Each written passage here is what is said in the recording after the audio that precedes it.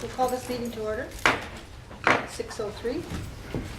And first item of business is the adoption of the agenda. Are there any additions to this agenda? There being no additions, could I have a motion then to adopt the agenda? Councillor Long has made that motion. All in favor? And the single item on the agenda is Dave McRae. Welcome, Mr. McRae, from ISL Engineering, who is providing us with a PowerPoint presentation on intermunicipal planning. And we also have guests in the gallery from the MD of Big Lakes, and welcome to the councillor. And we have a public person also, welcome, and to administration staff. And we also have a new staff member for the town of High Prairie here, Kelly Shalathun, who is our new development assistant. Thank you for sitting in on. Okay. And gives with it. I did. I said a member of the public. NPC. He's the NPC member. Okay. So we will turn this meeting over to Mr. McRae, and questions when at the end? At the end, or as we roll. Thank you, Madam Mayor. What I wanted to do is just take a little bit of time. Kelly asked that I come and speak to you. Over the last few months, we've sort of talked about planning in general and sort of giving council sort of orientations about how the planning game works. And but it was felt that it would be a good idea to spend a little bit of time with council to talk specifically about IDPs, sort of what makes them tick, how they're put together, the considerations that go into their development and that kind of thing. And every plan is different, so it's kind of hard so I can't get too specific, obviously, but there are some common elements and so on. So we just wanted to spend a little bit of time to talk about how these things are put together, and again, what some of the considerations are. So this isn't a long presentation. It's more intended to just kind of guide discussion, and it's very, very informal. So if members of council or from the gallery have questions, we can just answer those as they arise. So first of all, I'll talk a little bit about the legislation and then why one would actually want to do an IDP. I'll show a couple of examples, talk about some of the process issues, and then finish up with a discussion of some of the key issues for discussion. So first of all, intermunicipal development plans, if they're approved, they are approved by bylaw by council, so that makes them a statutory plan under the Act. Section 631 of the MGA, to be specific. And what these are is it's basically a planning policy document that affects areas of joint interest between two municipalities, most frequently in urban, where the city, town, village, and the rural that's around it. Every now and then you will have multi-party IDPs, just depending on the circumstances. The Peace River IDP, for example, is a partnership between the town of Peace River and the 3 surrounding rurals, as an example. And there's also an IDP in the Smoky River region, which is one rural, being the MD of Smoky River, and the 3 towns or villages, Donnelly, Girouville, and McLennan. So again, just different contexts, but for the most part, they are a one-on-one kind of arrangement, one rural and one urban. And for the most part, they address matters relating to annexation and urban growth management. They are really, although they are predominantly a rural plan because they're dealing with the rural municipality, it's actually to accommodate the needs of the urban municipality. So that's why it has to be a true partnership between the two parties. And the specific language of the Act is that 2 or more councils, this is that section 31, 2 or more councils may, by each passing a bylaw, adopt an IDP to include those areas of land lying within the boundaries of the municipalities as they consider necessary. And in terms of, it's very, very simple in terms of what the legislation says that these plans have to deal with. And like any other plan or document, there's kind of the must list and there's the may list. And it's interesting because the must list talks about conflict resolution, so dispute resolution, mediation, that kind of thing. Procedures to amend or repeal the plan, and just general administrative provisions. You don't see a lot of stuff on there regarding the actual nuts and bolts of the plan, like where the red goes and where the white, where the yellow goes, that kind of thing. And may include matters dealing with future land use, the manner of future development, and then the ever popular any other matter that the two councils may consider necessary for good physical and economic development, etc. So basically, when this provision was brought into the MGA back in 94, 95, the province was basically emphasizing process and implementation as opposed to content. They were more interested in making sure that municipalities were getting along, and that the terms and the administration of the plan and the process of administering the plan was more important than what was actually in the plan. And so the focus of the legislation is not content-oriented, it's process-oriented and administration-oriented. And at the end of the day, it was intended to reduce municipal government board involvement in intermunicipal relations. They didn't want to see dispute resolution or disputes going to the board all the time. Basically, it was a case of deal with it yourselves and come to us as a last resort, in essence. So that's the legislative context and why they're set up the way that they are. So why do them? From the urban perspective, and as I say, these are primarily catering to the needs of the urban municipality, because at the end of the day, urban municipalities need to grow, and they don't have anywhere to, you try to go up as much as you can, but generally you're going out, and if you're going out, you're affecting the rural neighbor or neighbors. So first of all, what an IDP does is it helps you basically everybody define what you call the urban sphere of influence. How far afield is the town or city or village affected by development happening around it or near it in proximity. So it gives you an opportunity to kind of figure out, okay, how far out does development go before we really don't care what goes on out there? So it helps define those areas where they are of most interest to you. Also, they help protect urban expansion areas. First of all, it will identify, we want to grow this way and this way and this way. So it will establish what the rules are for development, say in the interim. Can a farmer still subdivide it, take his first parcel out, even though it's right on the municipal boundary? We will annex it eventually. You want to preserve land, but you don't want to sterilize it. So those are the kinds of things that these plans talk about. They also coordinate future land use and infrastructure development. Basically what it does is it sort of sets the ground rules for not only where future urban expansion will happen, and like residential this way, industrial, commercial that way, but also it talks about if there's future country residential development, where is that going to happen? Because a rural municipality has a right to grow just as much as the urban does. So it kind of, you sort of figure out who gets to do what where and at what densities and that kind of thing. But it also, and perhaps more importantly, gives you an opportunity to coordinate infrastructure development, upgrading of roads. If you know where your future growth is, you can cooperate in terms of upgrading roadways or water and sewer services, whatever those requirements might be. Pardon me.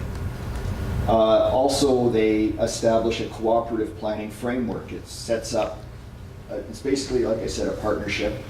So it talks about the fact that you are working together on planning decisions, and you're not at loggerheads. That's all going to happen. It always does. But what this does is it sort of sets out the parameters for saying, okay, we agree that this type of development is going to happen over here, and this type of development is going to happen over here. So it's not a surprise to anyone, and it won't become a cause of friction, that kind of thing. So again, it's making sure that decisions are made in a cooperative fashion and under a common understanding. And also opening and maintaining the lines of communication between the two. And also these things can be reciprocal in terms of Not only is it a case of if you've got a system of referrals where every development permit or subdivision that occurs in whatever area it is you agree on would be circulated to you for comment and consideration. You could also include a provision that any development that occurs on your municipal boundary that could potentially affect him, that it's reciprocal, that you would seek their comment on those kinds of things. Not everything, but if there's a major application, might have implications for their roads, that kind of thing. It just makes sense that it go both ways. These aren't a one-way street.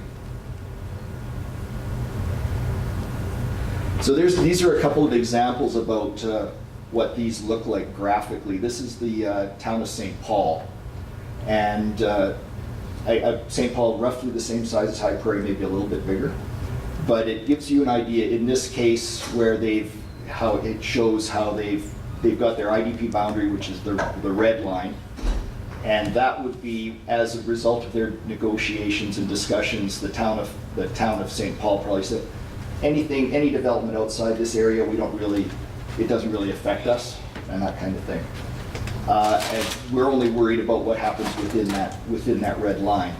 And then what they've also done is identified in terms of where the future industrial is going to go. In this case, it's towards the south, whereas they've got sort of the commercial industrial happening north. So they're using the highway kind of as their dividing line. And they've also identified an area, for example, to the southwest, which is country residential, which means they have no objection to rural development, country residential development occurring, because it's within their area of what they consider influence, because it's against their boundary, but probably because of servicing and those kinds of things, they don't really have an interest in growing in that direction, so they've made provision for more rural development in that area, even though it's right up against their boundary. And I haven't read the plan through in detail, but presumably within that whole area, within the red line, any application that's presented to the County of St. Paul would be referred to the Town of St. Paul for comment, review, whatever. So that's one example of what that could look like. And it will also show, for example, short-term versus long-term. You might identify an area which, say, in the next 10 years you want to annex because of immediate growth needs. Then you might identify other areas that are saying in the longer term, 30, 40, 50 years from now, it makes sense to go this way or that way. So these are very much not a static plan. They would change over time. So if, in this case, the Town of St. Paul annexed what they have identified as sort of their more short or medium term growth areas, after that is done, then they would review this plan, and what are now the long-term areas would become their short-term areas, and then they would look at other, and then they would look at making that bubble bigger, that kind of thing. So they become fluid over time. This is one a little closer to home. This is Valley View. A very simple plan, not complicated. And basically it talks about, industrial, residential to the north and to the southwest of the current boundaries, and industrial and commercial in the other directions. Again, a relatively small area of influence. And this plan goes back to probably about 1986, and it's been reviewed a few times. So, but they didn't want to change the plan area itself. But previously, the only reason they extended even as far as the creek is because at the time, Sturgeon Creek was the source of their water supply. Dave, we've never had a plan in place? Sorry? We've never had a plan in place? No, not that I'm aware of, no. So again, different, it's a case of different strokes. And this is the area where they felt that the town wanted some say in what happened. And because you'll notice, for example, the airport, which is municipally owned, is right on the doorstep of the plan, but it's not included in the plan area, because they felt that they didn't need to be in the plan area for their interest in the airport to be protected. But they could have just easily said, the airport's ours, we may as well include that in the plan, but for whatever reason they decided that wasn't necessary. In this case, they just felt the plan's always worked in terms of that area. We don't want to rock the boat. We'll just focus on the uses that go on within that area. So So that's another example. This is a very, very simple, relatively plain Jane version. But again, it achieves what they're looking to accomplish. Any comments, questions so far? In the gallery? That road going through St. Paul, that first map, those main thicker roads there, what are they? Are those 2 lanes or are they 4 lanes? Those would be the highways. So they might be 4-lane through town, but I think it's just a standard 2-lane highway. What's the population there? 35 or 4,000 maybe, something like that. I put it up just simply because it's reasonably close to High Prairie in terms of size and scope and that kind of thing. In terms of the process, the first thing that generally happens is that a joint planning committee of some sort is established. You currently have an intermunicipal negotiation committee or something of that nature, and you're dealing with fire and recreation, that kind of thing. It would make sense that committee, unless there was some compelling reason not to use that committee, it would make sense for that committee, because it's already constituted, to oversee an IDP. And it would just become sort of if you meet monthly, for example, it would just become sort of a standing agenda item as the plan proceeds. And then basically, after the committee's established, the first order of business of that committee would be to sort of put together the plan's principles and kind of define the area to study. How far afield are we going to look, and that kind of thing. So that's kind of the first, I guess, political decision that would have to be made. And then in support of that, then there's a bunch of technical work that is done establishing kind of future growth estimates, population growth, subdivision activity, getting a handle on how much land, based on current growth rates and so on, or estimated growth rates, how much land over the next 10, 20, 30, 40, 50 years are you going to need? So it sort of helps define how far you're going to look, and also realistically what would be realistic for future short-term and long-term growth areas. Pardon me. It would also look at growth parameters and the constraints and opportunities. I mean, not every parcel of land adjacent to a municipality is developable, whether by topography or like maybe significant oil and gas development, which basically sterilizes it for any kind of use, at least in the short term, or highways, railways, all of those kinds of things, creeks. So you'd look at, we sort of generally want to go in this direction, and we know based on our growth requirements we need X quarters or X acres over the next 10 or 20 years in terms of a gross development or a gross land requirement. But based on the lands that are optimal for us to grow in, maybe only half of that demand can be met. So that's where the math comes in terms of rationalizing or reconciling your actual or your estimated growth needs with the actual suitability of the land around you. And then once you've kind of done all of that background work and sort of established the general principles, and you've kind of gone through at this point a bit of a workshop where you've got the Sharpie on the map and you're kind of drawing arrows and blobs and so on.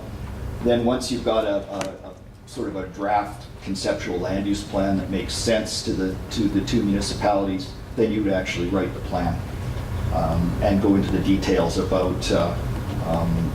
what kind of development is going to be encouraged in what areas, and you'd set up the dispute resolution mechanisms and all that, just the plan content.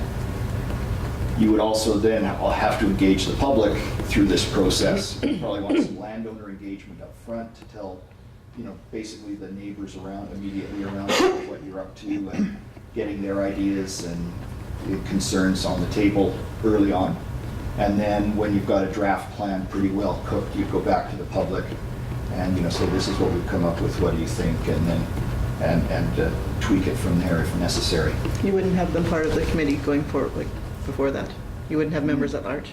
No, well, you could, but generally, landowners have a vested interest, and it's generally, I mean, everybody does things differently. The most of the IDPs that I've dealt with have been purely council or administration driving it, but involving landowners at key times, and, you know, keep them on side or get them on side through the process. So it's just generally, I've found it's just generally smoother if it's kept at the political level in terms of the actual discussions and so on. And then you'd also formulate, after you've got all of the guts of the plan done, figuring out, okay, how are we going to actually implement this plan? What are we going to refer to each other? Who is going to deal with appeals? Are we going to set up a joint subdivision development appeal board, or is it just going to be, say, the MD's appeal board that deals with these decisions? Or likewise with an MPC, are you going to set up a joint MPC, or just because it's in the rural municipality's jurisdiction, are you going to rely on them to do all that decision making, but set up a process where you have input, right? So those are the kinds of things that have to be talked about. And pardon me. So what are some of the key issues? We've touched on them a little bit already, but again, the key thing is initially defining what the plan area is and what the horizon is. Are you looking at 10 years, 20, 30, 40, 50? Some municipalities are growing faster than others, so they tend to go bigger versus smaller. So it really depends on like your intuition in terms of, you know, we've grown this much over the last 20, 30 years. Is that sort of what we're anticipating will continue to happen, and you could kind of go on that basis. You would also talk about what growth directions, not only in terms of which way, north, east, south, whatever, but also in terms of what type of use. You know, what direction is residential development going to go in, what industrial, commercial, that kind of thing. Some municipalities it's easier to figure out than others because, you know, for example, not to presuppose anything, but you know, when you've got a highway dividing you, sometimes it makes sense. Well, why would we put residential south of the tracks of the highway, right?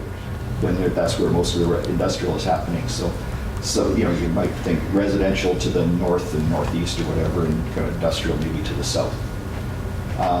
And you would also identify which lands, if you're looking at annexing sooner rather than later, where would be the optimal lands to annex right away, or you know, within 5 or 10 years, versus lands that might be further down the time horizon. 30 or 40 years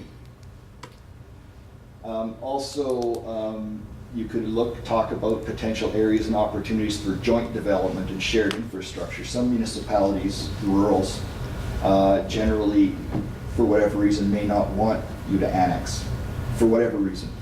But they might be more open to saying, doing joint development area, talking about revenue sharing or you know, that kind of thing as an alternative.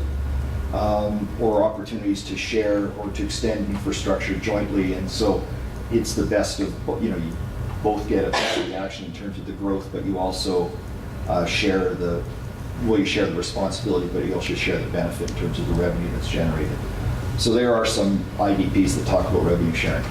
And there are some IDPs, I think, in Red Deer County, I'm going to say Sylvan Lake, but it might be Innisfail, where they have areas where it's not intended to be annexed by the urban municipality, but it's an area that they've identified for future study for joint development opportunities. And it's generally related to highway development, primarily commercial industrial, because that's where the more juicy assessment is. And so sometimes rural municipalities, if they see what's going on, they don't want to let the town annex because they want to keep maybe in commercial industrial assessment for themselves, future commercial industrial assessment. Maybe they'll say, no, we don't want you to annex that, but we'll find another way of making sure that you reap some of the benefit of that, because traditionally, you know, the rural will have the assessment, but the urban will be providing the services, you know. Another topic of conversation would be transitional or interim land use and development rights. If you're going to propose to annex, say in the short term, maybe in the 5-year window, say a half section right adjacent to your boundary, the owners of those lands are probably going to want to say, yeah, we don't have any concern with being annexed. We see an opportunity there, but what can I do with my land in the meantime? And so you talk about things like, well, we'll allow you a first parcel out, or maybe 2 parcels out, or whatever, and set some parameters for where those parcels are so that it doesn't screw up the future development options or opportunities for the land. Those kinds of things. And then decision-making and dispute resolution mechanisms. If there's a dispute, who deals with it? And so when we did the Grand Prairie plan in 99, 2000, something like that, we probably spent, I'm going to say 3 months. It was about a 12-month project. We probably spent 3 months just talking about the administration and the dispute resolution. Like if there's a rezoning proposed in the rural area that the city doesn't like, how do we reconcile that? How do we get over our differences? So we actually set up a flow chart that showed, well, the first step is that the 2 CAOs would meet, try to hammer it out. If they can't come to an agreement, then the joint MPC or joint planning committee or whatever it was, the group that actually put the plan together, the negotiation committee, would try to hammer it out. And if they couldn't, the 2 full councils would try to figure, so just a gradual escalation, if you will. And then if nothing happened in that time, well, then you say, okay, well, then we either bring in a mediator or we just go to the board and let the board deal with it as an intermunicipal dispute. So those kinds of things all have to be talked about. And also we spent a lot of time talking about referrals and what gets referred back and forth and how much time you have to respond. So those kinds of things. You have to respond within, say, 21 days or whatever, that kind of thing. So those are all things that go into the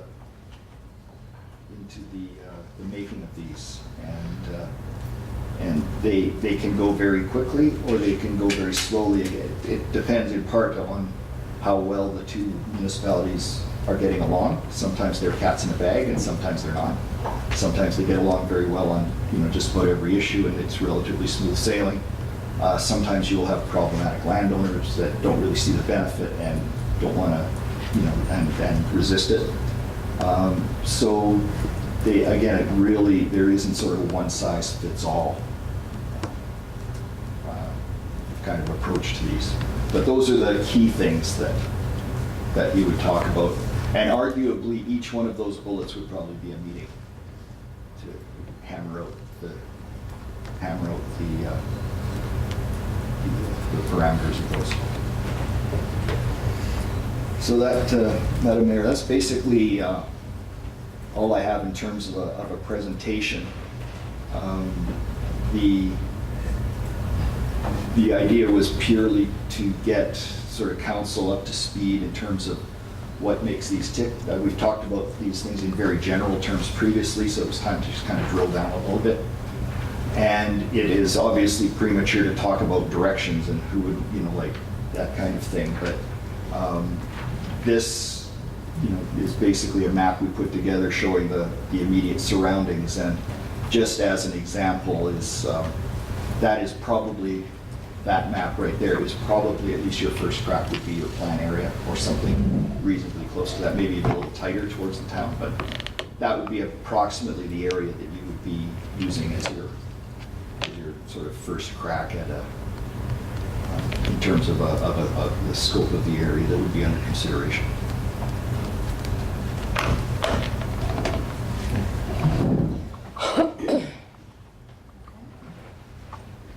Questions now? Sure, yeah. Any questions from the council? Yes, Councilor.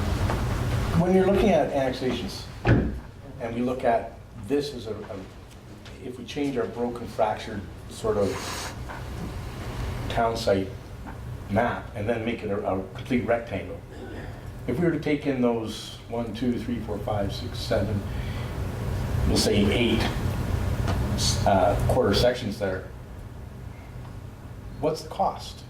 Like, how does a town actually go and annex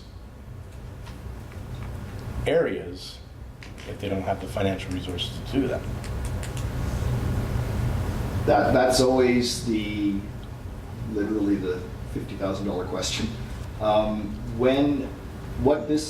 Like the IDP won't go into the level of detail about costs and fiscal responsibilities and so on and so forth. That's more dealt with when you're actually proposing to annex land and you're putting your case together. You would actually have a financial consultant run the numbers, and because they have to deal with assessment gain, assessment loss.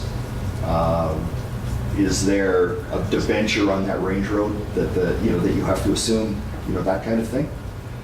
So it becomes part of the consideration later on when it comes time to actually pull the trigger on an actual annexation. So I can't answer your question concretely because when you're dealing with the IDP, you're talking about more in general terms. It makes sense, all other things being equal, to grow this way and grow that way. The timing of when you do it and how much you take on at a time, it really is dependent. But you have to do that sort of the next step in terms of doing more detailed review of what your actual needs are and what the consequences are of doing that. Because there's lots of considerations, and it's not just simply the potential gain or loss of assessment on either side, or the potential capital requirements. If you annex that half section and there's a half-mile of range road that you're going to have to assume responsibility for, I mean, you're going to have a good idea from the MD about what their maintenance costs are. Your own operations staff will know that, well, that's going to be an extra $100,000 a year or whatever that number is. So you'd have to factor that in. The other thing that you would have to factor in over time is the assessment that you get from, agricultural assessment is not high to begin with. But when an act of annexation is approved and the municipal government board issues its decision and it's ratified by order and council, included in that annexation order will be whatever agreement you come up to between the two municipalities regarding the transition of assessment rates. And so you might be carrying, you might not be getting your full urban rates for 10, 15, 20 years, right? Exactly, yeah. And it's a gradual escalation over time. So those are all things that go into the discussion, but sort of at the next level when you're doing the cost benefit of Yep. when does it make sense to go. Councillor Andrew? Sorry. Is there a direct transaction cost though? Besides the time input from the committees and there are things like that. When Michael asked the question, I was trying to think, is there an actual legal cost or a direct cost between the transfer of the land? Or is it just land title swaps or zoning swaps? Yeah, no, because land doesn't act, there's not an actual. It's just a buying and redraw selling of boundary, land. right? You're redrawing the boundaries, yes. But there may be, and again, it's a condition of annexation or a condition of the approval of the annexation, is the rural municipality might want compensation. Because of the lack of assessment, they might say, well, we want, depending on what you take, they might say, well, we want X dollars a year for 5 years because we've invested X, Y, Z. And again, that's part of the negotiation beyond the scope of an IDP, but it can be a significant one. And we were assisting the town of Crossfield with an annexation a few years ago with the MD of Rocky View, and Rocky View goes in with the assumption that they will get compensation. Then it's just a matter of what the number is. And in that situation, the town really needed the land because they were bursting at the seams. So they agreed to it just out of necessity. If they weren't as urgent, they probably would have played hardball a little more. But so there are some of those costs where you might be out of pocket in that regard. But it is, I mean, you will be paying a solicitor to assist you with the annexation process. You will be, engaging financial consultants and planners and stuff. So there, there is a cost to that, but it's, that would have to be, again, be factored into the overall picture. Councillor Passitt?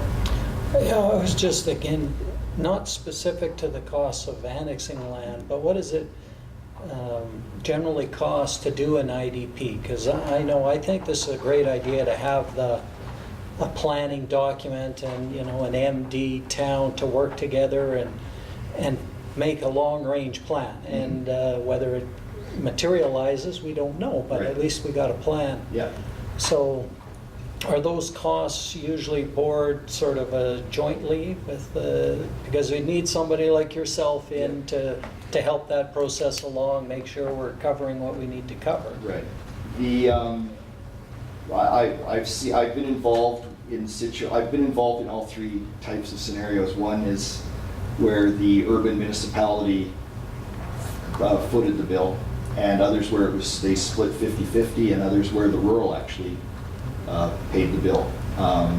And again, it was interesting because, like the MD of Greenview, we did 3 IDPs with them: Fox Creek, Grand Cache, and Valley View. And if memory serves, the MD footed the bill for all 3 of those. They were actually the ones that instigated them, because the town, they knew that the towns didn't have any money to be blunt. But again, that's something that would have to be discussed between the 2 partners. And what's just a rough price tag on developing one? It really varies. It probably wouldn't be less than 50,000. But again, bigger municipalities are bigger plans, and so they grow exponentially. I mean, an IDP between, say, the city of Leduc and County of Leduc would be, or St. Albert, Sturgeon County. Yeah. That's a lot bigger, and the issues are a lot more complicated. But it's real for a municipality of this size and the scale of the area. It would be roughly the equivalent of doing your own MDP or your own land use bylaw. It's kind of in that range. Are you done? Oh, well, no, I had one other one. You'd mentioned about landowners having to get their buy-in. What if they don't want to buy in? Can they stop the process? No, they can't stop the process. If at the end of the day the 2 municipalities have a plan that they like, they can approve it. You're not rezoning land against land, without landowner consent, that kind of thing. This is basically an agreement or a contractual agreement between the MD and the town. What you do want, though, is as much buy-in as you can from the affected landowners, because it just makes life easier if you actually take the next step and go to annex, because then you've got willing participants and you're not getting pushback and creating complications for the annexation. So it really you try. That's why you engage them the earlier the better, even if it's just informal conversation, saying this is what we're looking at doing, and so on, and getting their issues and concerns right on the table. Because it might be simply a case of, like with an annexation itself, the biggest question is always, what's this going to do to my taxes?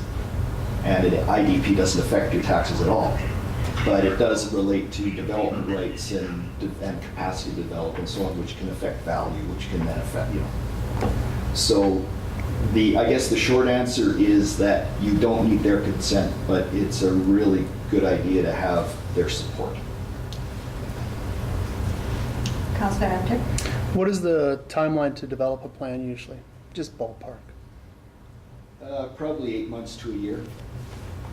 Again, depending on the complexity of the issues and so on, they could go very smoothly, and you could have one in 6 months if you don't have a lot of issues. But it depends on if you're going to get bogged down in the weeds and you need meetings and so on and so forth, and it really depends on if some municipalities will say, well, our based on the terms of reference we've established, we're going to meet once a month. And so in this month, we're going to talk about this, and this month, we're going to talk about this. And so that puts a fire under everybody to get to not sort of dawdle. But If there's urgency to it, they tend to get done quicker just because both sides are motivated to get it done. But I would be amazed if it took more than a year. Any other questions from council?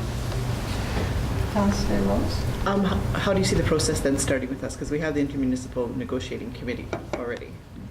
And we did talk about putting it on the agenda as an agenda item. So you'd say just put it on the agenda as a continual agenda item until you've worked out sort of some of the process? Yeah, I mean, or- at the end of the day, the MD and the town have to sit down, probably CAO to CAO and mayor to mayor, something like that, and just figure out, A, we're gonna proceed with, if we're gonna proceed with this, how we're gonna do it, how are we gonna engage help, and that kind of thing, and get the kind of the administrative stuff out of the way.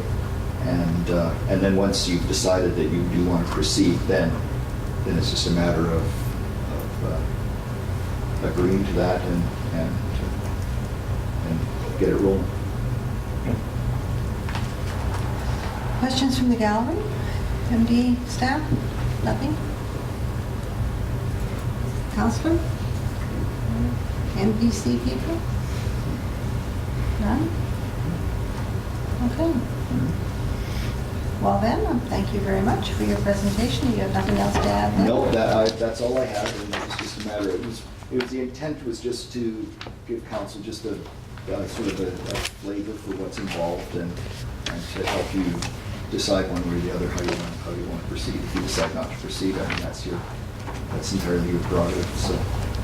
But we thought it was important that council get an understanding of what's involved, and so that you don't go in sort of with blinders on. All right then. Okay. Thank you then. Thanks very much. For coming. Appreciate that. So this portion of special meeting is adjourned. Information, you want a motion then to receive this report? Councillor Long has made that motion. All in favor? It's carried. This meeting is adjourned. Thanks, Dave.